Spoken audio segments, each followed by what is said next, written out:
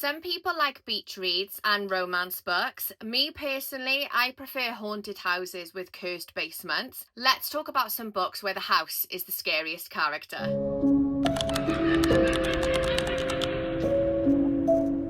Hi everyone, welcome back to my channel. If you're new here, my name's Carly, and today I'm going to be talking to you all about some spooky books that are all about spooky places.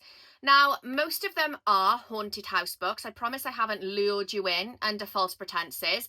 I'd say 90% are haunted houses, and the others kind of take a slightly different take on the haunted house trope. So we've got like a haunted school, a haunted store. I'm hoping that there'll be something in this video for everybody. I don't think I've made it any secret that I bloody love me a haunted house book. Any books that have this creepy atmospheric setting, which I particularly like to read when I'm home alone in the dark, and yeah, I end up absolutely terrifying myself and having nightmares, so that's lovely. These books made me side-eye every creaking floorboard in the house. You know when you're sat there reading in the house by yourself and you hear like a creak or something and you're like, what was that? These books made me feel exactly like that. They had my heart rate racing and I bloody loved them. Now, what I will say is everybody reads completely differently. So even though some of these books did scare me, I am fully aware that maybe I'm a bit of a wimp and that they're not going to be scary for everybody, you know. But I thoroughly enjoyed reading them, and I thought that this would be a fun video to do because we're right in the thick of spooky season at the moment, and what better time to read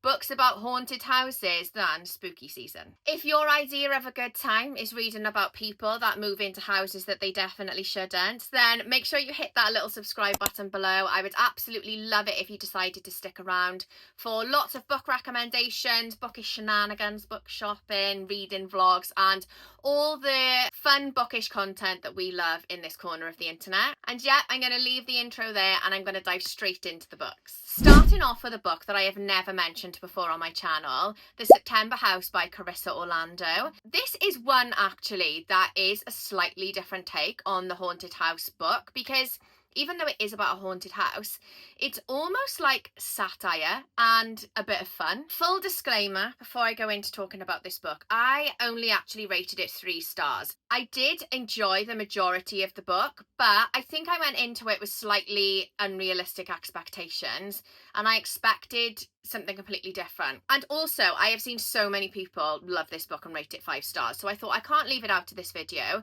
And also, I think, like, if you go into it just expecting nothing very serious and just expect to have a fun time, you'll enjoy it anyway. So it follows the story of Margaret and her husband Hal. They have bought their dream house.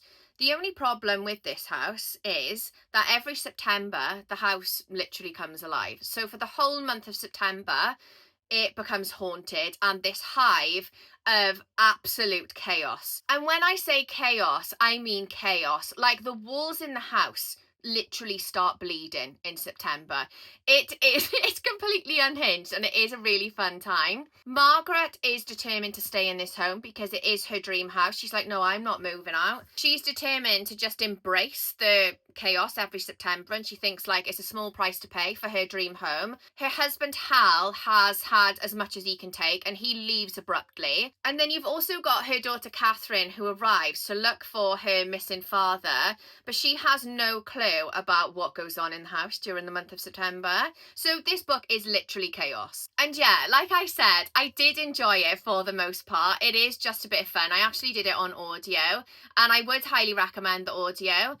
The only reason I didn't rate it any higher was just that I found that it got a little bit silly towards the end, but I think if I'd gone into it expecting that, I wouldn't have been disappointed. You know, like, I literally went into this expecting it to be a full-blown, like, haunted house story, and that it didn't really meet my expectations. But apart from that, I would still recommend it. And yeah, like I said, so many of my book friends have rated this really highly, so it may have just been a me problem, you know. Next up we have got Play Nice by Rachel Harrison, and I read this fairly recently, I think within the last couple of months. Considering I went into this expecting it to be a little bit more light-hearted, it actually really creeped me out. It follows the story of Cleo, who has this picture perfect life as an influencer.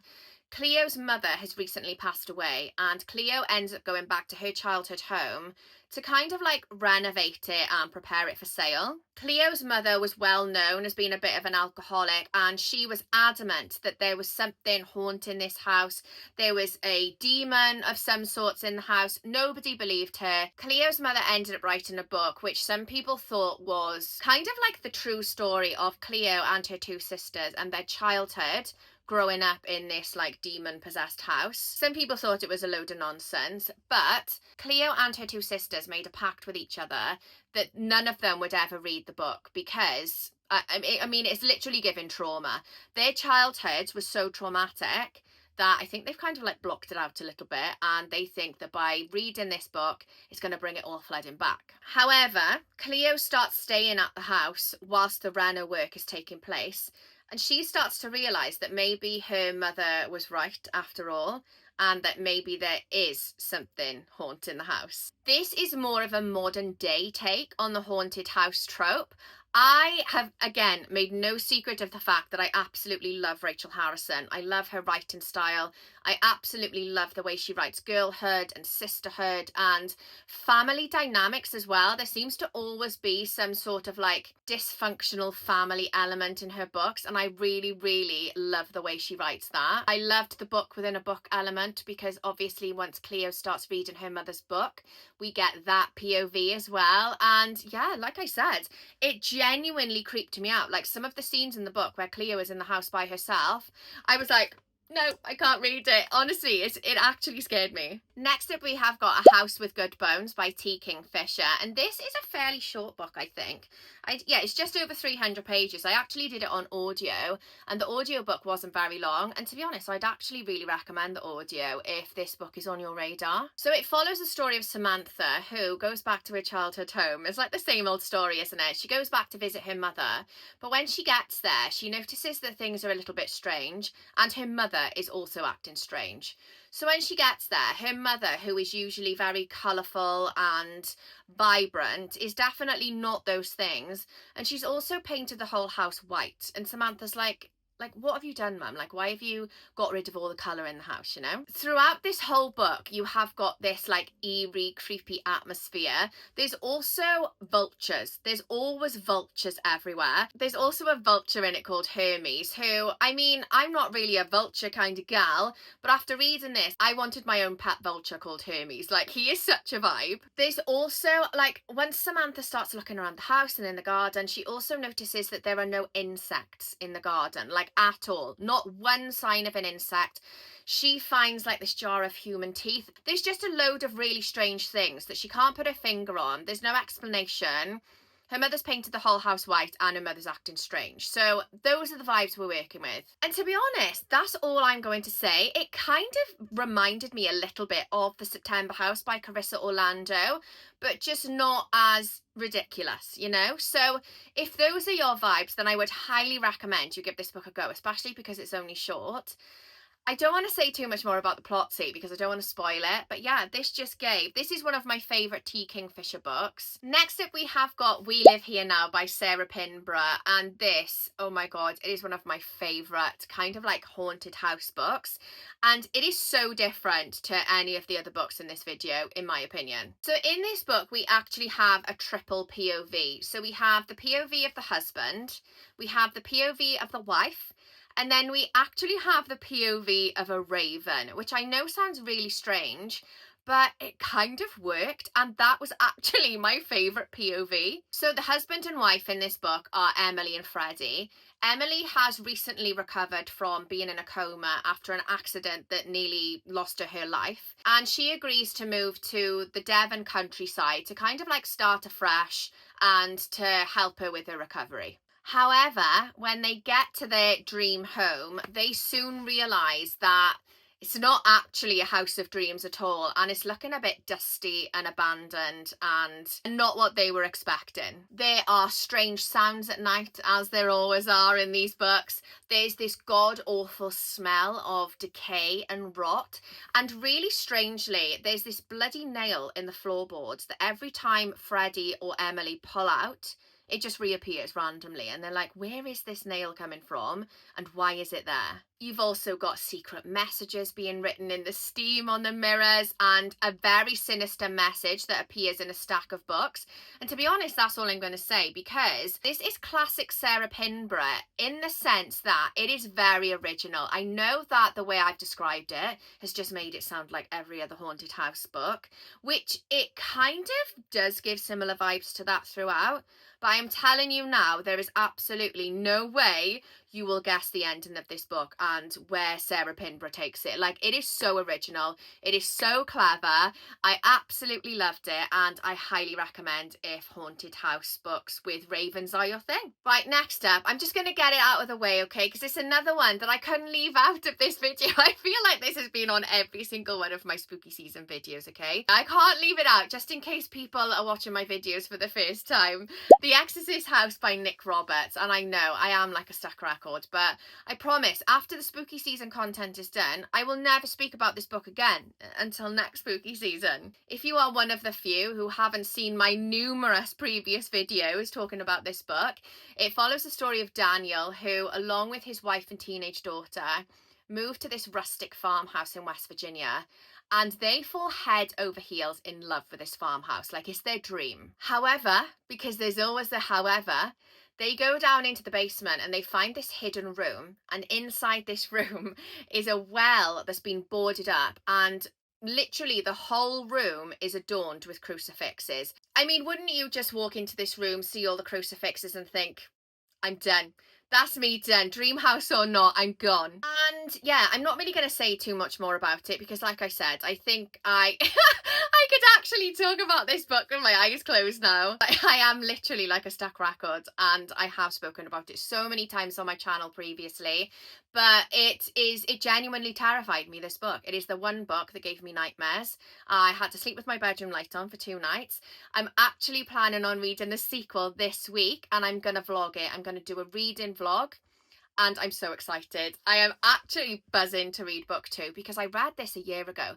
I read this for last spooky season, and I've been too scared to read book 2. But yeah, highly recommend this one. If you're less into haunted houses and more into demon-possessed houses that definitely need to be burned to the ground. Next up, we have got The Whistling by Rebecca Netley, and this is kind of like a gothic ghost story set on a remote Scottish island, which is honestly one of my absolute fave settings for a book. It follows the story of Elspeth, who arrives on this isolated island to become a nanny to Mary, who is actually mute. So Mary has suffered some type of trauma that nobody knows like what's gone on, and Elspeth is hoping that she can bond with Mary, find out what happened to her, and ultimately get her to start speaking again. Everything about this house and its location is very creepy. It's very atmospheric. I absolutely loved it. There are obviously creepy things that happen in the house during the night time, and Elspeth can also hear this whistling noise in the night, and she's like, what on earth is that sound? There are creepy dolls in this book as well, which I also love. There are unexplained disappearances. Nobody is telling Elspeth what actually happened to Mary's brother either.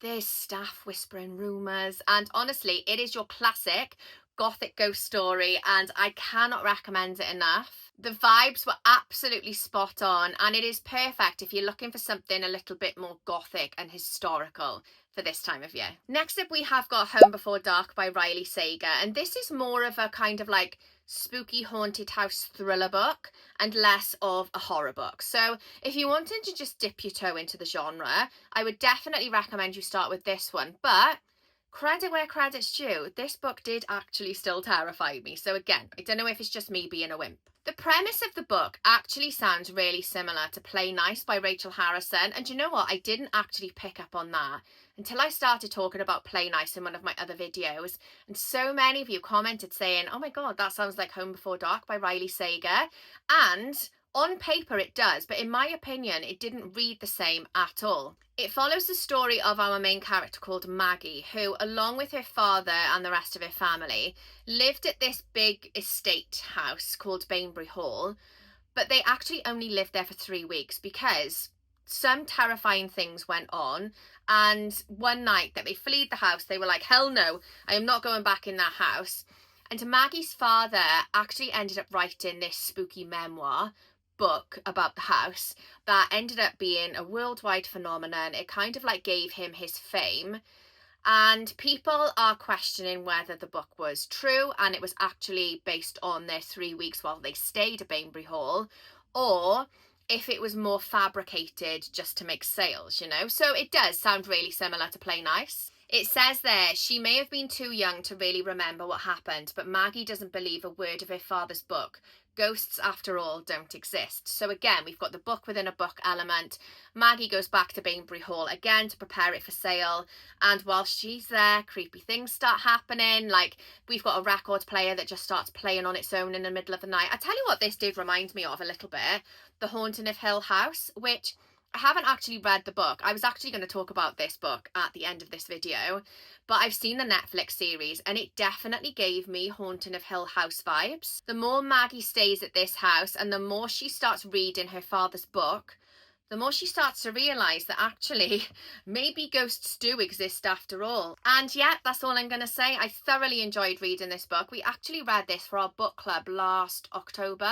Oh my god, so literally a year ago I read this as well. I really enjoyed it, and I think considering it's a thriller book, the creepy, eerie, haunted house vibes were absolutely spot on. Next up we have got Diavola by Jennifer Thorne, and this is less haunted house and more haunted Tuscan villa vibes. It is just over 300 pages and it is about an extremely dysfunctional family and their literal ghost in the Tuscan villa that they're staying in. We've got a very dysfunctional family, and when I say dysfunctional, I mean this family's behaviour is completely unhinged, and it gets more and more unhinged as the book goes on.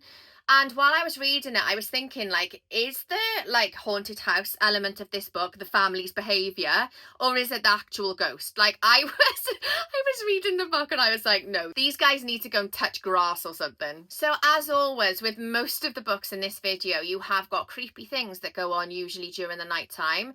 Whenever the family buy food for the house/villa, it rots really quickly. There's also warnings from all the locals for them not to open the door at the top of the stairs. And of course, I mean, who could resist? Would you open the door at the top of the stairs? Because I feel like curiosity would get the better of me and I'd end up opening the door at the top of the stairs and probably dying. So yeah. This book actually has humour. It is very atmospheric. Like, the Tuscan villa setting is absolutely perfect for the ghost story within this book. And to be honest, I'm not really going to say any more about the plot because I feel like I'd spoil it. The only thing I will say is, after I finished reading this book, I was too scared to look in the mirror while I was brushing my teeth, just in case old Diavola was stood behind me. If you've read this book, you'll know exactly what I mean. Next up, we have got We Used to Live Here by Marcus Cluer, and this book seems to be a massive opinion divider amongst the book community. People seem to either love it or hate it, and I personally bloody loved it. It follows the story of Charlie and Eve, who are absolutely thrilled with the deal they've got on this new house. Why is it that all of these haunted house books are about people moving into new houses? I think the general consensus here is don't move house. Just stay put, stay where you are, and nothing bad's gonna happen. Anyway, they've moved into their new home, and one afternoon they get a knock on the door, and stood at the door is this man who says, "We used to live in this house. Is there any chance I can show my family around?" And me personally, if a stranger knocked on the door and I was in the house by myself and they said, "Can I show my family around because I used to live here?"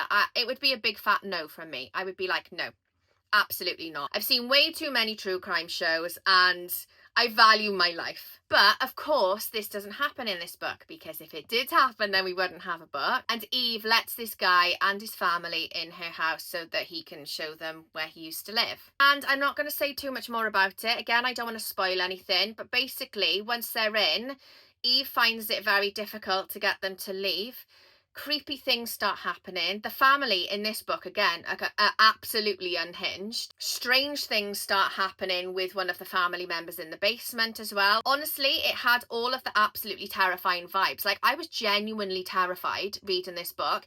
And if you have read this book and you have read the attic scene with the torch, You will know exactly what I'm talking about. Like, I was sweating and hyperventilating while I was reading that part of the book. I'm not even exaggerating. Like, I know I sound like I'm being really dramatic, but I was like, like that while I was reading the book. So if you like those sort of vibes and you don't mind an ambiguous ending, then I cannot recommend this book enough. I bloody loved it. Next up, we have got The Black Feathers by Rebecca Netley. So we've got another Gothic ghost story. This is by the same author as The Whistling.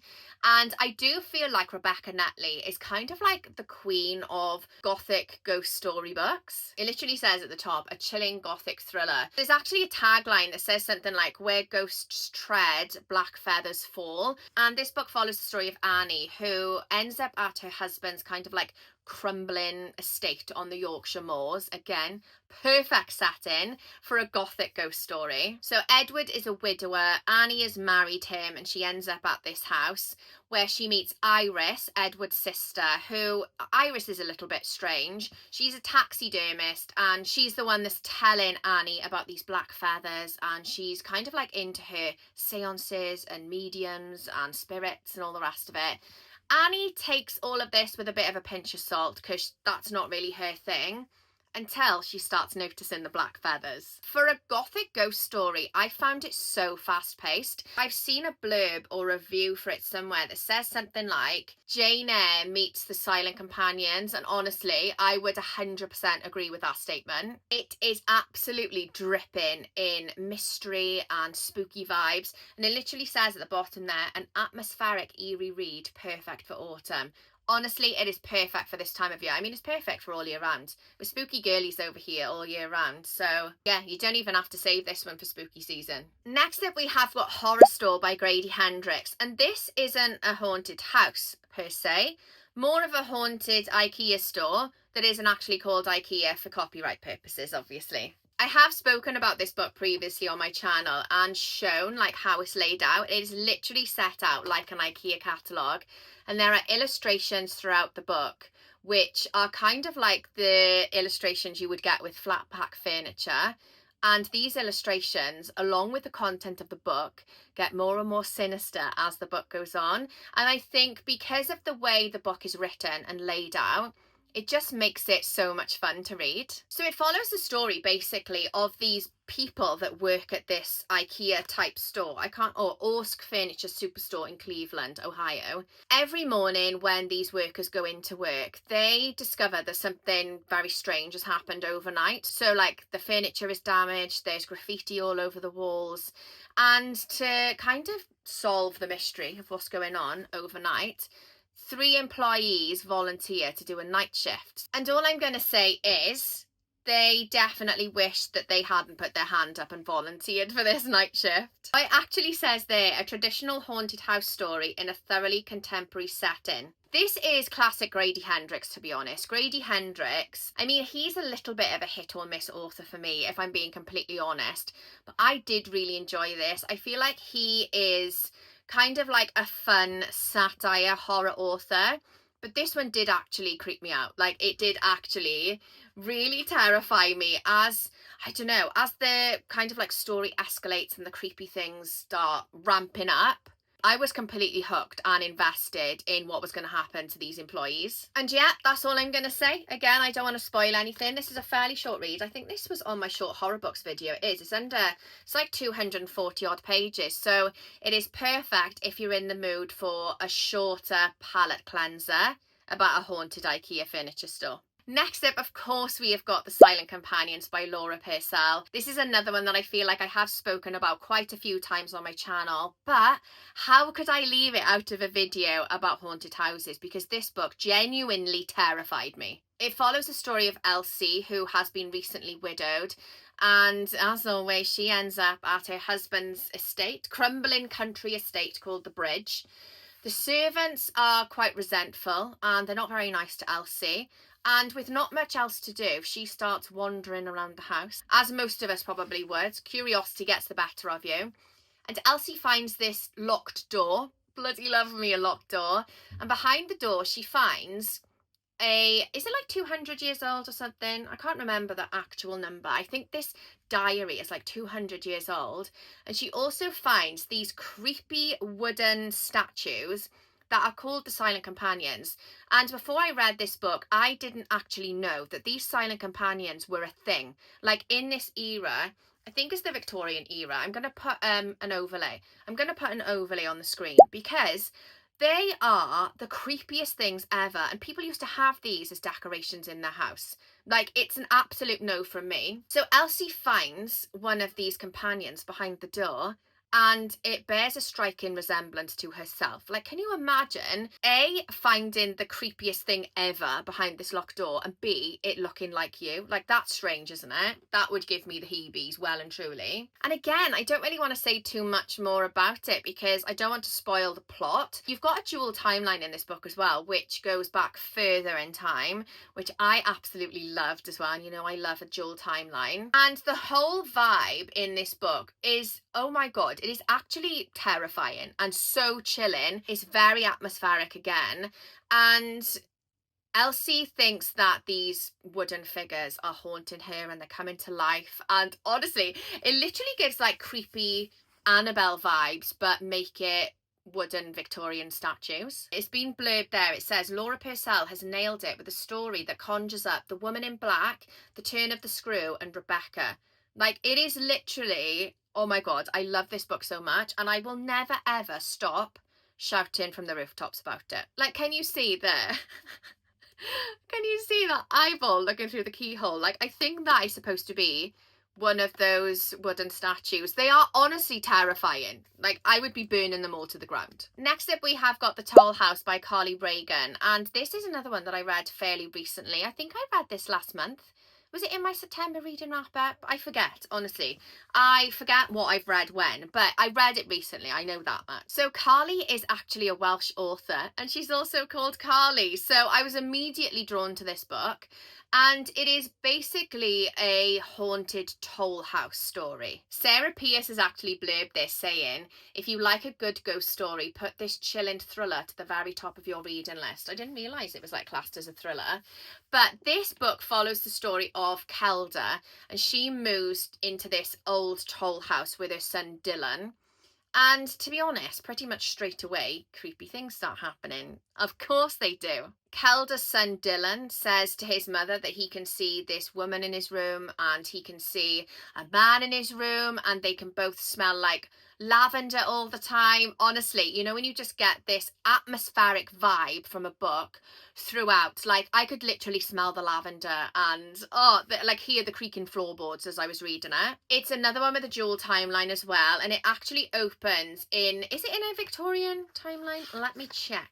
1863. Is that Victorian? I really should check my Victorian dates because I keep going on about these Victorian books and I don't even know what dates the Victorian era are, but it gave me Victorian vibes anyway. So yeah, so you've got the dual timeline of that, and it kind of like goes between the two timelines. I'm not really going to say too much about this plot because I do think I'm going to spoil it if I say too much, but you've basically just got a haunted toll house, a dual timeline, there's a death mask in there as well, which I bloody loved, and you've got a creepy kid that says he can see ghosts. It's literally giving like I see dead people vibes. I absolutely loved it. I'm amazed that I haven't seen anybody else talking about this book, and it literally says on the front cover, perfect for spooky season, so say no more. Next up we have got 80s Ghosts by V.S. Lawrence, and this is not actually a haunted house, but it's a haunted school. The main bulk of the story is set in 2009, and it follows the story of Chrissy,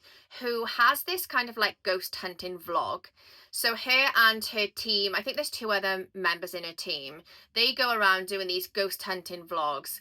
But everything she has vlogged so far has been fake. So they do these special effects and make people who are watching believe that these places they're going to are actually haunted, but they're not. Anyway, Chrissy gets an email from this man asking if her and her team would like to investigate Merlin High, which was a school that burnt down in the 80s. And for Chrissy, this is kind of like make or break. Like, the vlog is failing. She's absolutely skint and she cannot make her rent for the month. So she manages to convince the rest of the team, and they make the trip and travel to this high school where they start investigating what actually happened. And to be honest, as soon as her and her team get there, strange things start happening, as they always do. So two of the members of the team start acting a little bit strange, and Chrissy starts having these terrifying nightmares that are very vivid. This is another one actually that I have never seen anybody talk about, and I thoroughly enjoyed it. It is so atmospheric. I think I've said that about every single book, but they're all so atmospheric because that's what you need and that's what you want in your ghosty, like, haunted house / school books, isn't it? Like, you want to feel as if you're there, and I definitely felt that with this book. You have got mixed media elements as well, and kind of like found footage vibes. So sometimes they'll like leave the cameras rolling and they won't have a clue what's on the cameras, and then they go back to their hotel room and start looking through and seeing what they can find, and that kind of gave me like Blair Witch vibes. Honestly, I bloody loved this book so much. I also loved the 80s nostalgia, because the school burnt down in the 80s. You had like the throwbacks and the flashbacks to the 80s, and I absolutely loved that because I myself am an 80s baby. So yeah, absolutely love the nostalgia of that. And yeah, that's all I'm going to say. Again, I don't want to spoil anything, but I found this so easy to read. And yeah, if you're looking for something a little bit different and something a little bit more underrated, then I highly recommend you pick this one up. And last but not least, I just want to give a brief mention to How to Sell a Haunted House by Grady Hendrix. Now, I think this was on my last month's reading wrap up. Full disclaimer, I only gave this book 2 stars, but it has got the creepy haunted house element. So I thought I would briefly mention it at the end of the video anyway, because the reason I didn't like it was because I didn't like the 2 main characters, and they were a brother and sister, and all they did was argue and bicker. They were fighting over their parents' will and money, and that's what I didn't like. But the creepy haunted house element of this book, oh my god, it was so good. I'm actually really sad that that wasn't more prominent in the book, for me personally anyway. I know loads of people who have absolutely loved this book. There are creepy puppets. There's like one main puppet in it. I think his name is Pupkin, is it?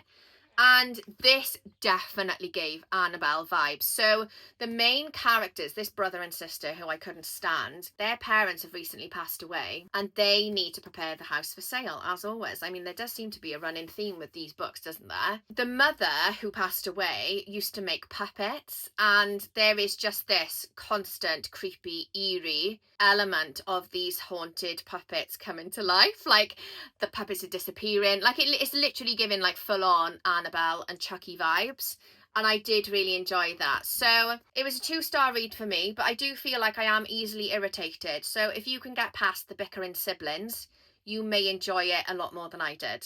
And actually, I say last but not least, I just want to give a brief mention to an absolute classic, The Haunting of Hill House by Shirley Jackson. Now, I think I did say previously on this video, I haven't actually read that book, but I've seen the Netflix series, and I am not even joking. Like, that gave me nightmares, like full-blown nightmares. And I do feel like, as a Gothic haunted house girly, I need to actually read the book. It's just like full-on creepy vibes, and you have got flashbacks from the childhood of this family that used to live in Hill House, and honestly, I mean, all I've got to say is bent neck lady, and anybody who has read the book or watched the Netflix series will know exactly what I mean.